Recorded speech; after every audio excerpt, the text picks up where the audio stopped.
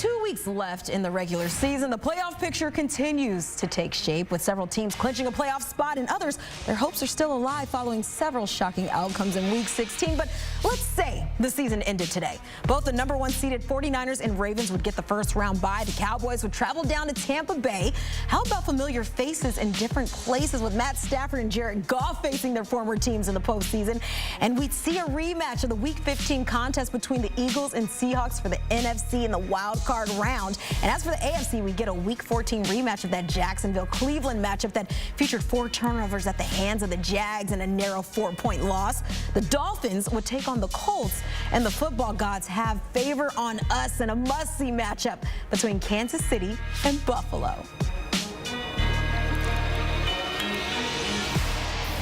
Well, that picture is almost certain to change, but that doesn't mean we can't entertain it now.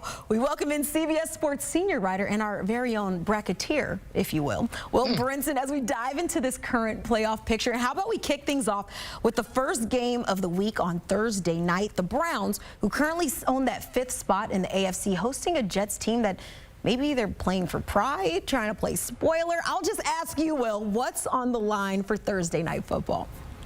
Oh, yeah. I mean, the Jets are trying to sort of, I guess, ruin the draft pick that they're going to get to help out Aaron Rodgers by going out here and winning this game. Trevor Siemian starting against Cleveland and that Cleveland defense. The Browns, on the other hand, they are trying to clinch a playoff berth and can do that with a win or a tie if Cleveland somehow fails to win or tie in this game. And let's not rule out tie here. I know that we throw a win. The tie is legitimate when you're talking about a game with a 35-point total and Trevor Siemian versus, like, is this a Joe Flacco revenge game? Or is it like are the Browns getting revenge on the Jets from last year when Joe Flacco beat the Browns with the Jets? Like, there's a lot going on here revenge-wise, so it's hard to figure it out. Cleveland can also get in with a Pittsburgh loss or a tie, a Buffalo loss, a Jacksonville loss or a tie, or a Houston loss or a tie, plus an Indy loss or a tie.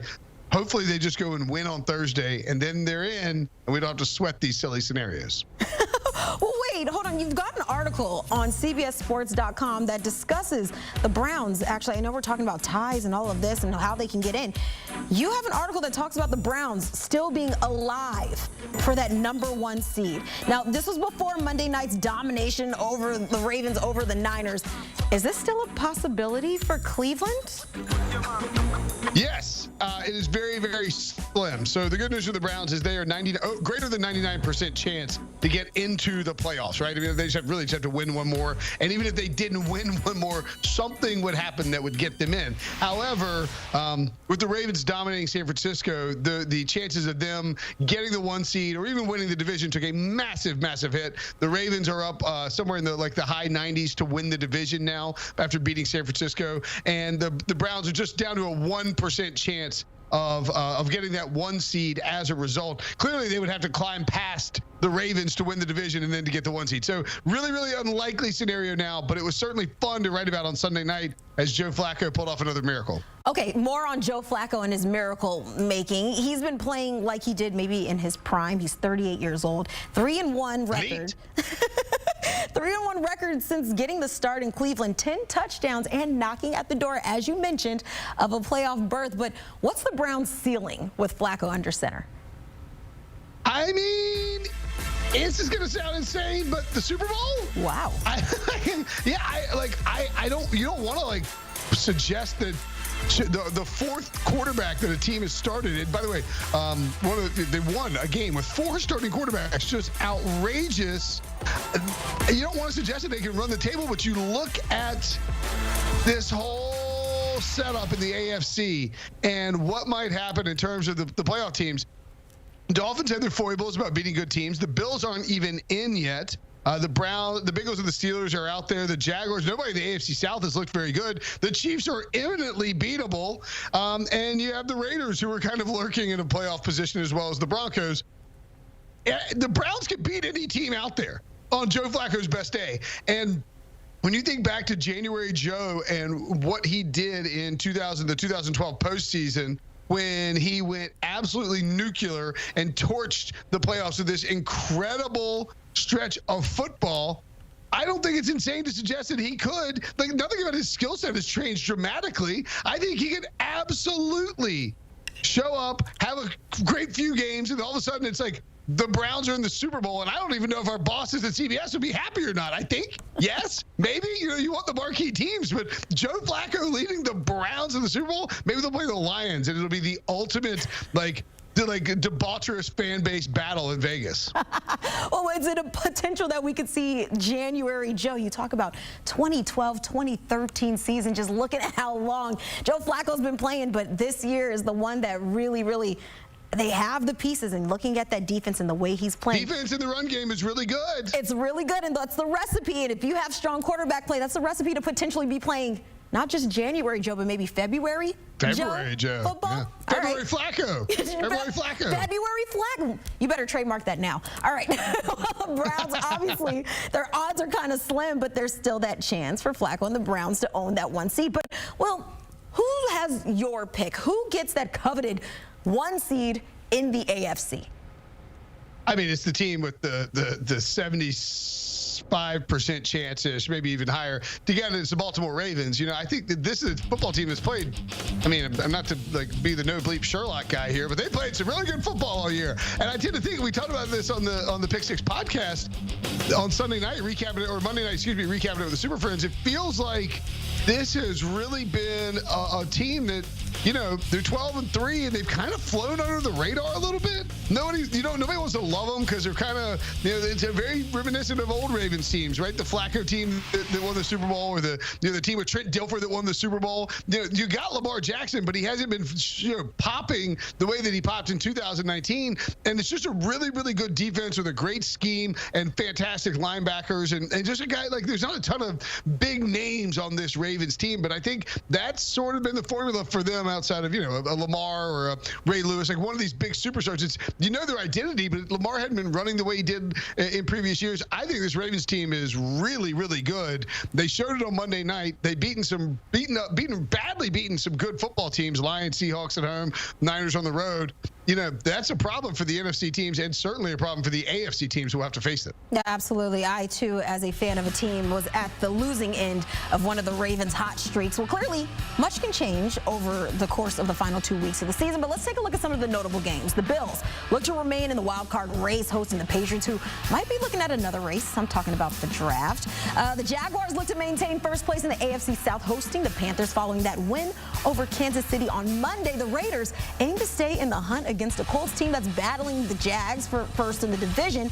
And speaking of the Raiders, believe it or not, the AFC West still up for grabs, and the Chiefs look to lock it down against the Bengals, who are on the outside looking in following that crushing loss to Pittsburgh.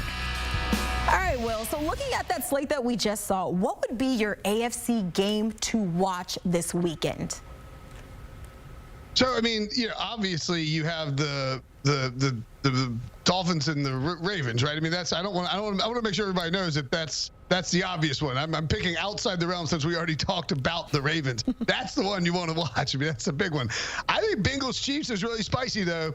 This is Jake Browning dealing with Kansas City. A Kansas City defense has been very good. Patrick Mahomes. I mean, we're at the point now where, and I don't think this, I'm saying this, that we're joking that maybe Taylor Swift is a problem for Travis Kelce. Like that's how bad the Chiefs offense is everybody's like, well, maybe it's just Taylor Swift because we don't have any other answers. It's obviously not Taylor Swift. Everyone loves Taylor Swift. Big Swiftie here. But the point being is, no one has any answers for the Chiefs offense. The offensive line has struggled. The receivers have struggled. But if you look at last year, they had Kelce. They had Juju Smith-Schuster, who basically has the exact same season as Rashee Rice does this year. And so there's just something that's not there for the Chiefs. They're probably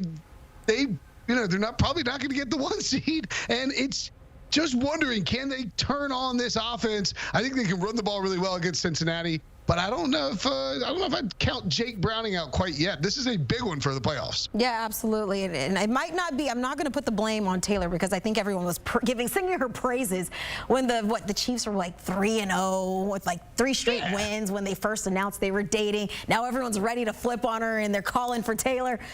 Let's pipe down just a little bit. Look, it's the AFC Championship game taking place somewhere other than Arrowhead Stadium. is going to be like weirder than snow on the beach. You know, I mean, it's just like nobody's going to know what to do. It's called global warming. That's probably the reason why. But all right, let's switch gears and take a look at the NFC and some of those notable, all-important Week 17 matchups fresh off of their first division title. Since 1993, the Lions head to Jerry's World on Saturday to take on a Cowboys team who's undefeated in Arlington. The Eagles look to stay in the mix for that #1 seed in the NFC, hosting the Cardinals. Meanwhile, the Niners, their way of maintaining that #1 seed begins with a big bounce back following Monday night's game we talked about earlier, this time visiting the now Jacoby Brissett-led Commanders. The NFC South crown is on the line as the Saints take on the Bucs, and it's a battle of two 7 and 8 NFC North foes as the Packers and Vikings aim to keep their postseason hopes alive. Okay, of this jam-packed slate with plenty of playoff implications, well, which matchup stands out the most to you here in the NFC? What is the game to watch? Well, I mean, like the game I would want to watch would be Cowboys-Lions, right? I mean, these are the two teams that you want to see battle it out. And can Detroit go on the road, give themselves a shot to get that 1 seed, beat Dallas, somewhere that Dallas hasn't lost all season long at home? That's the game to watch. It's going to be a great game. But I think the biggest game for playoff purposes, playoff picture purposes, that 5 times fast, Packers versus the Vikings. I mean, this is an elimination game, right?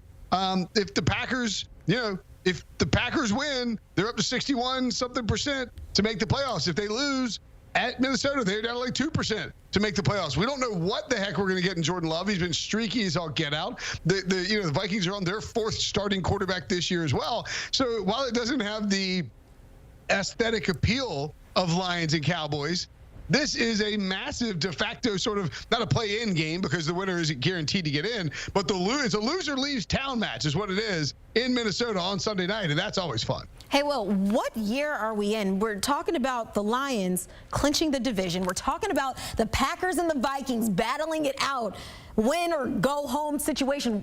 Are we in the twilight zone right now? Maybe 1989 or 1993. I don't know. Those are my best answers. Right? I don't know. I don't know what it is, but regardless of the fact, we got some exciting matchups in Week 17. And Will, thank you so much for the insight. I'll be watching along those high-key matchups alongside you. And don't forget, you want to tune in right here on CBS Sports HQ. We've got nonstop coverage of your Week 17 NFL slate. We've got everything you need. Joe Musso here with the crew. B-Mac in studio. Sundays beginning at 4 p.m. Eastern. Make sure you tune in CBS Sports HQ.